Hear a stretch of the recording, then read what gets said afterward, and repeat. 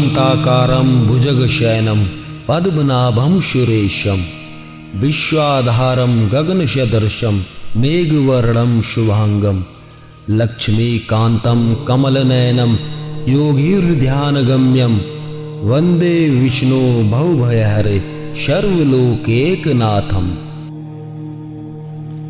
हे ब्रह्मांड के स्वामी, जिनकी आकृति प्रकृति के रूप में अतिशय शांत है, जो शेषनाग के सैया अर्थात समय रूपी महाकाल के छाया में जीवन रूपी समाधि पर सृष्टि का संचालन करते हैं, जिनकी नाभि से कमल रूपी अनंत सृष्टियां उत्पन्न होती हैं, जो सत्य और धर्म रूपी देवताओं के ईश्वर और जन्म जीवन मृत्यु का आधार है, जिनका वर्ण नील मेघ रूपी अनंत तप और तपस्याओं के समान है, जिनके संपूर्ण अंग अतिशय सत्य का निर्माण है, जो मोक्ष के रूप में योगियों द्वारा ध्यान से प्राप्त किए जाते हैं, जो गति के रूप में संपूर्ण लोकों के स्वामी तथा जन्म मृत्यु चक्र से अभय प्रदान करने वाले हैं, ऐसे माया को धारण करने वाले लक्ष्मीपति कमल नेत्र भगवान विष्णु को मैं दंडवत प्रणाम करता हूँ। विष्णु अर्थात उत्पत्ति, उत्कर्ष और मौन के रूप में सर्वव्यापक परमात्मा, जो निराकार के साकार स्वरूप के प्रतीक हैं, इसलिए उन्हें ऋग्वेद में वृक्ष शरीर अर्थात विशाल देह वाला भी कहा गया है। भगवान विष्णु मायापति हैं, जिस कारण वे जीव के अंतिम लक्ष्य तृप्ति के स्वामी भी कहे जाते हैं, क्योंकि तृप्ति के बाद मौन अर्थात स्थिरता उत्पन्न हो जाती है, जो परम आनंद भगवान विष्णु के स्वरूप को दर्शाता है। भगवान विष्णु अचेतन जड़ में भूण रूपी आत्मा है तथा सृष्टि के रूप में सृष्टिमयी परमात्मा है। मित्रों, ऋग्वेद के अनुसार इस जगत के मूल में वर्तमान, नित्य, अजन्मा, अक्षय, अव्यव, एक रस तथा हे के अभाव से निर्मल पर ब्रह्म को ही भगवान विष्णु की संज्ञा दी गई। वैसे तो समस्त ब्रह्मांड विष्णुमयी है, किंतु शास्त्रों के अनुसार भगवान विष्णु को दो स्वरूपों में माना गया है। प्रथम नर और नारायण। नर अर्थात समस्त चेतन रूपी जीव और नारायण इन जीवों के पालन पोषण करने वाले परमात्मा।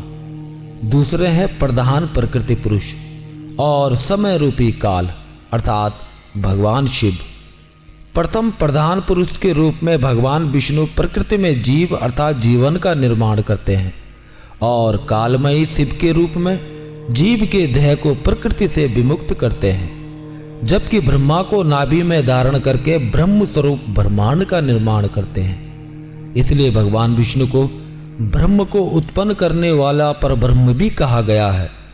यह निर्माणमयी ब्रह्मांड नाशवान है, जबकि इस ब्रह्मांड में विष्णुमयी चेतना अमर व परम सत्य है तथा प्रकृति का आधार भी है, क्योंकि चेतना है तो जीवन है और जीवन है तो ब्रह्मांड है। बिना चेतना के परिवर्तन नहीं और बिना परिवर्तन के यह प्रकृति नहीं। इस सृष्टि के रक्षा के लिए भगवान विष्णु विभिन्न अवतार धारण करते हैं, क्योंकि वे न्याय और अन्याय से परे हैं।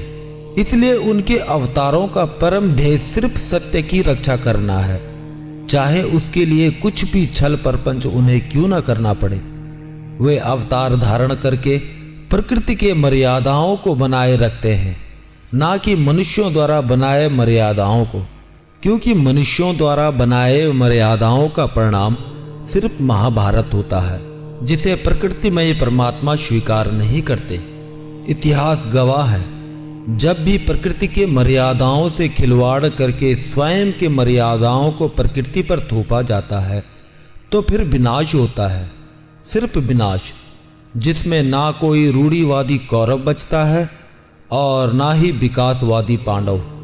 सब विनाश रूपी सुदर्शन चक्र के काल के ग्रास बन जाते हैं, क्योंकि प्रकृति स्वयं का निर्माण स्वयं करती है, उसे किसी का हस्तक्षेप स्वीकार्य नहीं। मित्रों, ऊपर कहे गए सारे व्याख्या शास्त्रों के अनुसार हैं, किंतु आप अगर वास्तविक जीवन में भगवान विष्णु के स्वरूप को देखना चाहते हैं तो प्रकृति ब्रह्मांड में समस्त चेतना को देखिए। जीवों में व्याप्त चेतना ही भगवान विष्णु है, जो कि इस चेतना को देह के रूप में निरंतर बनाए रखने के लिए एक जीव भोजन, सेवा, प्रकृति, सुख, भोग के रूप में दूसरे जीवों पर निर्भर है। इसलिए भगवान विष्णु जीवन के साथ पोषण भी हैं। भगवान विष्णु चेतन देह प्रकृति के रूप में सर्वत्र व्याप्त हैं। इसलिए भगवान श्री कृष्ण अर्जुन से कहते हैं, हे अर्जुन, मैं भोजन हूं, तो भोजन करने वाला भी मैं ही हूं। दर्द देने वाला भी मैं हूं, तो दर्द सहने वाला भी मैं ही हूं। मारने वाला भी मैं हूं और मरने वाला भी मैं ही हूं। जीवन भी मैं हूं तथा उस जीवन को छीनने वाला भी मैं हूं। निर्माण भी मैं हूं और उस निर्माण का विनाश भी मैं ही हूं। मित्रों, भगवान विष्णु चराचर जगत के साथ चराचर जगत के स्वामी भी हैं। उनका संपूर्ण स्वरूप ज्ञानात्मक माना गया है। वे कौस्तुभ मणि के रूप में निर्गुण तथा निर्मल क्षेत्रज्ञ स्वरूप के प्रतीक हैं। श्री वत्स के रूप में मूल प्रकृति के प्रतीक हैं। गदा के रूप में बुद्धि के प्रतीक हैं। शंख के रूप में तामस अंधकार के विनाशक हैं। धनुष के रूप में राजस अहंकार के विनाशक हैं। सुदर्शन चक्र सात्विक अहंकार के विनाश का प्रतीक है। गले में धारण वैजंती माला पंच महाभूतों का प्रतीक है तथा बाण ज्ञान इंद्रियों व काम इंद्रियों को दर्शाती है। भगवान विष्णु समस्त संसार के चेतना के साथ जीवन का वैभव भी है।